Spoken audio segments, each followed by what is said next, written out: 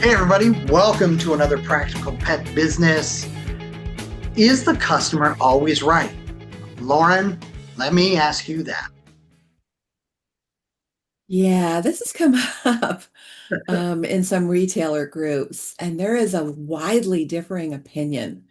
There's still a lot of people out there that subscribe to that, customer is always right mentality. That's not me. I feel like that it's a partnership, the customer and store owner or store operator type of scenario. You have an obligation as a customer to treat the business with respect and the employees with respect, and to conduct yourself appropriately. Um, but so many times there are people that just think that when they go in somewhere, it's a free for all to abuse people. And, they comment on, oh my gosh, I can remember we had a big market type thing once a week, or year round, and we get customers that were typically our customers. And I can remember this lady railing. And this was years ago, so pet food wasn't nearly as expensive then as it is now.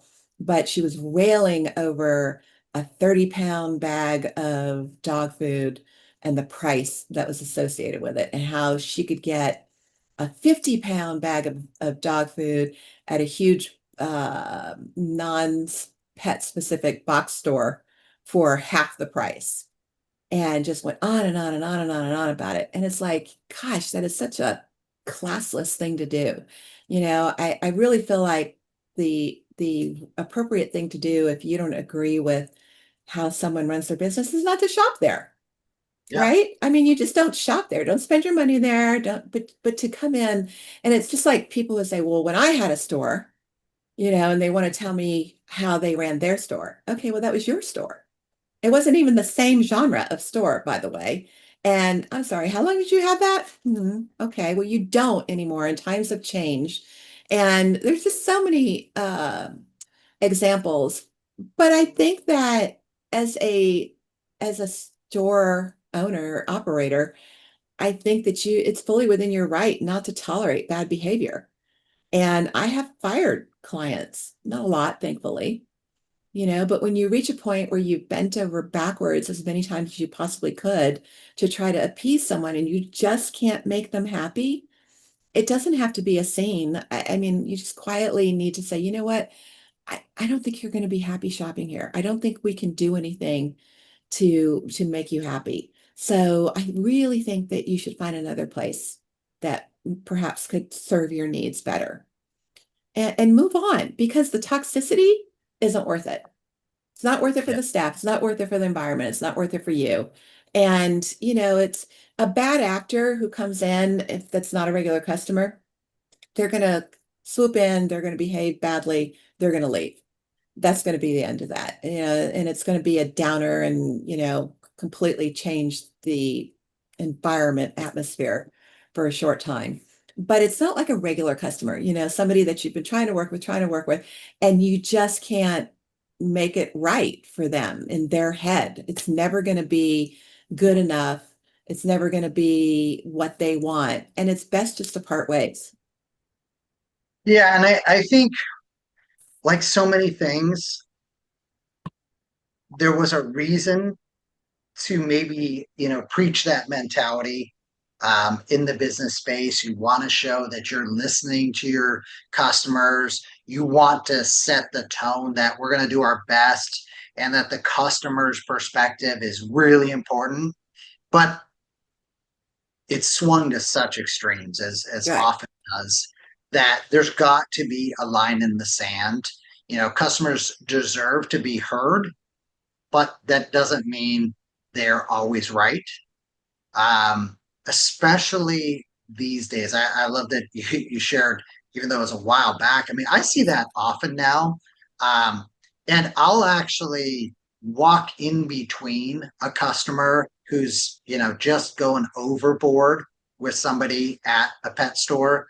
Um, just to help diffuse the situation. I'm sorry, let me just, scooch past you here real quick, just to let everybody breathe for a second. Because I'm like, wow, you are really just leave. If you don't like what they're doing here, or you don't agree with their approach, there's plenty of other places for you to go. Um, and it's tough. It's tough out there. Um, have your say and then move on. But I think that's the part that a lot of folks forget. It's like, okay, you said what you had to. The next 12 minutes of you berating someone is just not needed. Just get on and move out. Um, and also too, I think these days there is that feeling of I need to be heard, or I need to wear everything on my sleeve, and that's just not necessary either. So to me, I think we've switched to an environment these days where the customer is not always right, but the customer is not always wrong either, right? Boy, there's a word salad there. But from the standpoint of there's got to be a balance across the board. And I think we've lost that balance. And so you can't be afraid. I love that you said, hey, there were clients that I fired. That was when I knew I had a really good understanding of my business. When I felt comfortable saying to someone, I think you'd be happier working with someone else or buying something from somebody else because we don't see that the same way you do, and that's fair. You've got your views, we've got ours. Happy to, see you go someplace else. Yeah, Um, I don't know that I agree that everybody has to have their say. I don't well, agree with that. I yeah, think that, if you're not pleased with something, you can go into a store, you can explain civ- with civility, what you're unhappy with. But so frequently people come off so harsh and abrupt and immediate and attacking that the employee or the store owner is like, they're on the defensive instantly. right, right, And the best thing you can do in that circumstance is not to rise to their level of agitation, but to come back down, is to really drop it down. I would get very quiet and speak in such a low tone that they had to lean forward to yeah, listen to what I was saying, and not because I was worried about a scene or anything like that, because I wasn't going to participate in that level of drama and emotion. We're not talking about a situation that was necessarily animal related, but it's like the lady who came in and railed about how much pet food was. Then don't buy it there, because that's obviously not the store for you. That's why there are stores that you like to shop in, that I don't shop in, because that doesn't fit my needs, or I'm not the demographic for it. And there's nothing wrong with that. Not every place has to meet everybody's needs. And I think store owners so often think, we have to be all things to all people. And I wanted to have as many customers too as I possibly could. Every customer out there is potentially my customer. But if you're not a good fit, then why do you fight it? Why do you just, because you're never going to make them happy. Now that's different than winning something over. I can remember this client that, oh, he was so rude. First time he came in, he was not my client. He was another store's client. And he came into my store, and our typical thing was to say, hi, hello, when the door would sound, just to acknowledge people and, welcome in, whatever it was. And just to let them know that we knew they were there. And we wouldn't go pounce on them. We would acknowledge them. They'd say hi, regulars would say hi back, and people would get what they need, or we'd come meet them, whatever. You do the normal thing. This guy stands at the store and the threshold and is like, huh. I was like, I said, let me know if there's anything I can help you with. He wanders off. It's an older guy. He wanders off. I make it over, because I don't want to pounce on the guy. I make it over there. And I said, is there anything I can help you pick out? And he's like, the other girl just asked me that. I was like, oh, good. And he goes, y'all are pretty damn helpful, aren't you? I said, better than the opposite. And he's like, hmm. He was such a jerk. He leaves. He comes back in another time. Same thing happens. We're all like, hello, because we're not looking to see who's coming through the door before we greet them, right? Right. He's like, God, here we go again. I'm like, oh, okay, you're just a grumpy old man. And I just sort of stayed up at the register and I said, just let me know if you need anything. And kept an eye on him and just, made sure that he didn't need something. The third time he came in, I'm like, why does this guy keep coming back? I mean, he's obviously we're not his people, because he's just so rare. And the third time he comes in, I'm like, I didn't even say hello because I saw him coming from the parking lot. So I waved and he just looked at me and he wanders over by the food again. And he wanders back around and he comes up to me. And I was like, hi. And he goes, so maybe you can tell me. And we start to get in these conversations. I won that guy over, by simply answering his questions and talking about stuff he hadn't heard before and listening to him. He was still abrupt. My staff hated him, because he was just so meh.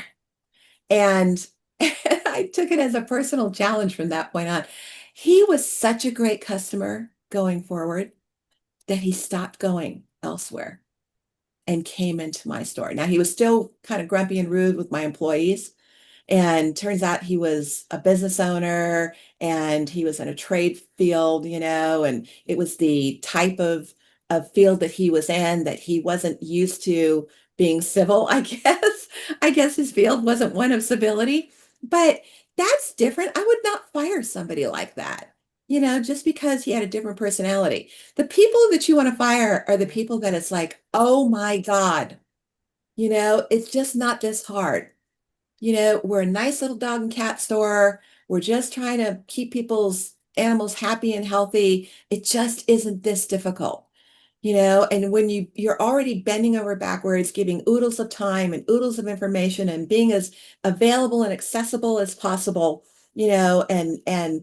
and just so much forward offerings from our side that it's like, okay, we're past the point now. This has been the 15th time we've been through something. I think you probably should go somewhere else, And they're like, and when you see them, they're like, oh, they can't believe it. They just think they can continue to act that way. I had one lady that I fired that was just so unbelievably out of line that I fired her, and she came in 6 months later and like beelined right to where she wanted to go, like we wouldn't recognize her. And she came up to the register. I rang her up, didn't make a scene, came up to the register and all that.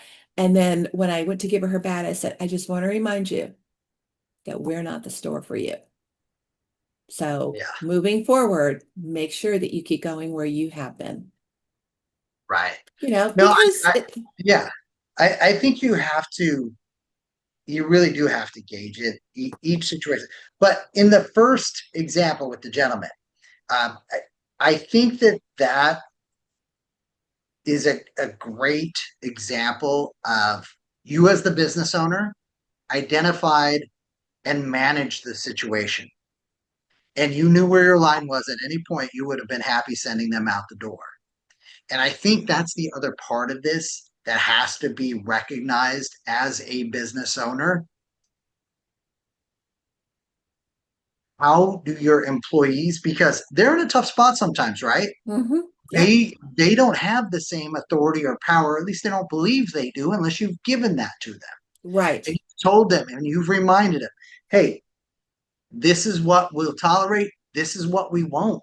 So you've got to have those conversations in the meetings. And I like that you took it upon yourself as the business owner to say, I'm going to handle this. We're all going to have our eyes open. You just have to these days. but I'm going to handle this. I'm going to manage this situation. And at any point, you were willing to cut that off. And I think that translates and is viewed very positively by the employees as well. So I like that you It call is. that out. I just want to make sure that, you know, it's your business, folks. Mm-hmm. Manage it the way that you want it managed. It's no different if you're a vendor out there. There were stores that would call and make demands, and if you lose our business, and just really would push it beyond. And I remember being in a trade booth once, a trade show booth once, and someone said something to one of our folks, and man, my head flipped so fast, and I immediately was over there, and I was like, "Isn't it great? There's so many other booths for you to go visit. Please don't come back."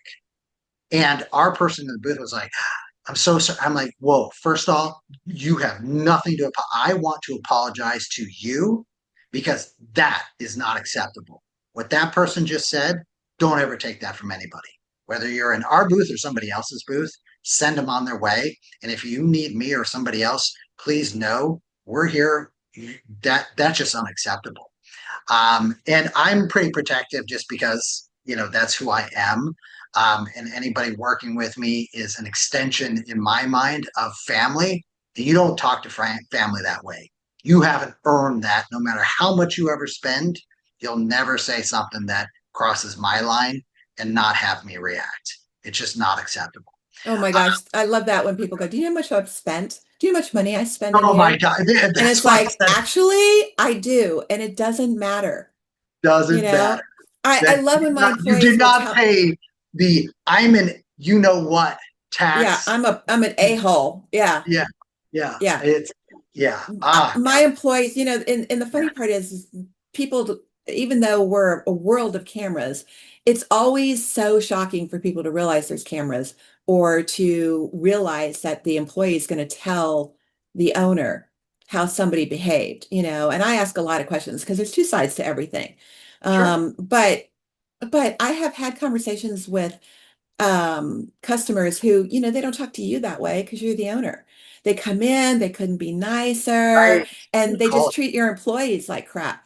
And I would look out the next time the customer comes in, I'll wait on them, I'll take care of them and everything, and say, you know what, we love having you and Fluffy shop here. And we hope that continues for a really long time. But I want to remind you that my employees who would do anything for you and are trained by me are an extension of me. So Yeah, I would appreciate it if you would treat them the same way that you treat me. Talk to them like they're me. yeah. And Love you'll see them get red. that. And, I'm just real quiet about it, but that way they know I know. And I've had so many customers that, they either apologize or they leave and they come back and they quietly apologize to the employee, and my employees would be like, oh, it's fine. And they'd just brush it off and they'd make it really easy on the customer. And things would be great going forward. The customers who don't do that, you don't want them anyway. If they're going to come in and abuse your people and you and your environment, it's not worth it.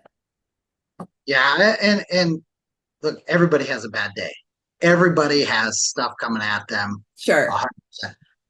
That is never, a justification. It's part of the what impacted that situation, that scenario. Um, but there does have to be a line, and there does, and here's the other problem too these days is there's just people that go out looking to Hmm. have these confrontations, because that's Yeah. what they you know do you know what's in this? Yeah, I do. And you still sell it? Yes. Well, then you're not perfect. Keep moving along. I'm not going to debate you. You've already had the argument in your head. You've made your decision, and you're just looking for the person that's going to engage you so that you can get it out of your system.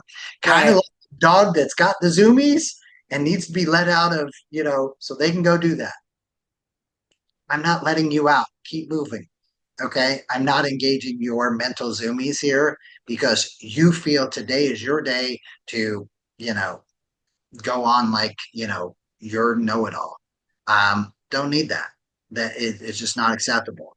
It's so crazy.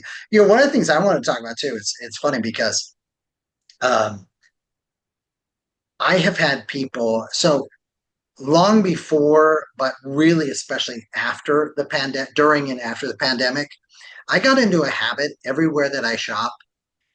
When they say, have a great day, or thanks for shopping here, I'm not going to say, yeah, you too. Well, you work here. So I really made it a point to express my gratitude, like, hey, thanks for being here. And the amount of times I will tell you that folks will say to me, well, that's cool, thanks. People don't usually thank me for working here, but I do want to say thank you. Genuinely, thanks for being here because you're here helping make my day that much easier. And I think if we could flip into that mentality of, hey, thanks for being here. You may not always get what you need from that interaction, but just thanks for being here. Because if they're not here, the store is closed. I've got to go drive around, do more things. And that's not to say that everybody working at every place. I have certainly have my opinions about fast food and other things like that where I don't get the order right, but I still said thank you for being here. It doesn't mean, hey, thank you for being perfect. Thank you for, and I just think we got to get back into like some humanity here of, Yeah, we got that a lot. We got a lot of people who are really appreciative, but it's like everything, right? It's like the negative is always more felt. yeah, it's It's amplified. it lasts longer, it stings more, it weighs in the air heavier, and it craps everybody out. And at some point it's like, gosh, do I want to put up with that? I got into owning my own business, so I didn't have to put up with that. Right. I don't want to put up with that. I don't want my employees to put up with it. Only one time did I ever have to tell an employee, and I had just had a conversation with her, and I'm like, you're not authorized to fire clients. It's not your call. It's not your business. It's not your money. She was young also. And she goes, "Will you do it?" And I go, "Right. Well, I'm the business owner, and substantially older than you with a lot more experience. And I'm gauging it not on a one-time incident. I'm gauging it on a number of factors. And, I'm really trying to do everything I can because I do know people have bad days. I don't know when they came running into the store to get whatever, what happened an hour Yeah. before that. So I try to always be like, okay, that's no big deal. But if it just repeats and repeats and repeats, then you got to let that crap go because it is not worth it. It is not why we own businesses. Yeah. And I like that you said what you use. I tell people all the time perspective. You've got perspective that is factoring in. And so you're looking at the totality of Right. interaction, totality. Is it raining that day? And this person just got a perm the day before, not realizing we were going to have, you know, all the rest. It's ruined their day. They're in a hurry. They don't want to be. I mean, there's just so many reasons. I stubbed my toe. I tripped getting out of the car. Anything can set someone down the wrong path, and you can redirect that path sometimes with just a little bit of kindness. And it goes both ways. I'm having a tough day at work. It only takes a smile and someone just showing an ounce of understanding and appreciation to turn that day around. Right. And to your point, hey, there's just days where nothing's going to make the difference. Time for that person to move along in their Right. process of their day. I don't need to be a big part of that because I'm not going to, expose myself and my situation to it. So love that. So many great things there. So the answer to the question that we started off with is the customer always right? Lorin, your final answer. No, not always. And I know that Lorin is always right, everybody. So No. I'm going to end it on don't forget, we want your feedback. Please share this with your friends, your other business owners. If you've got topics you'd like us to cover, send it to us at practicalpetchat@gmail.com. Thanks for taking the time. We know you've got a lot on your plate. We hope we're adding some pleasantries and, hopefully a few insights to make your days and your business a little bit better. Thanks for joining us here. We'll see you again next week. Thanks, guys.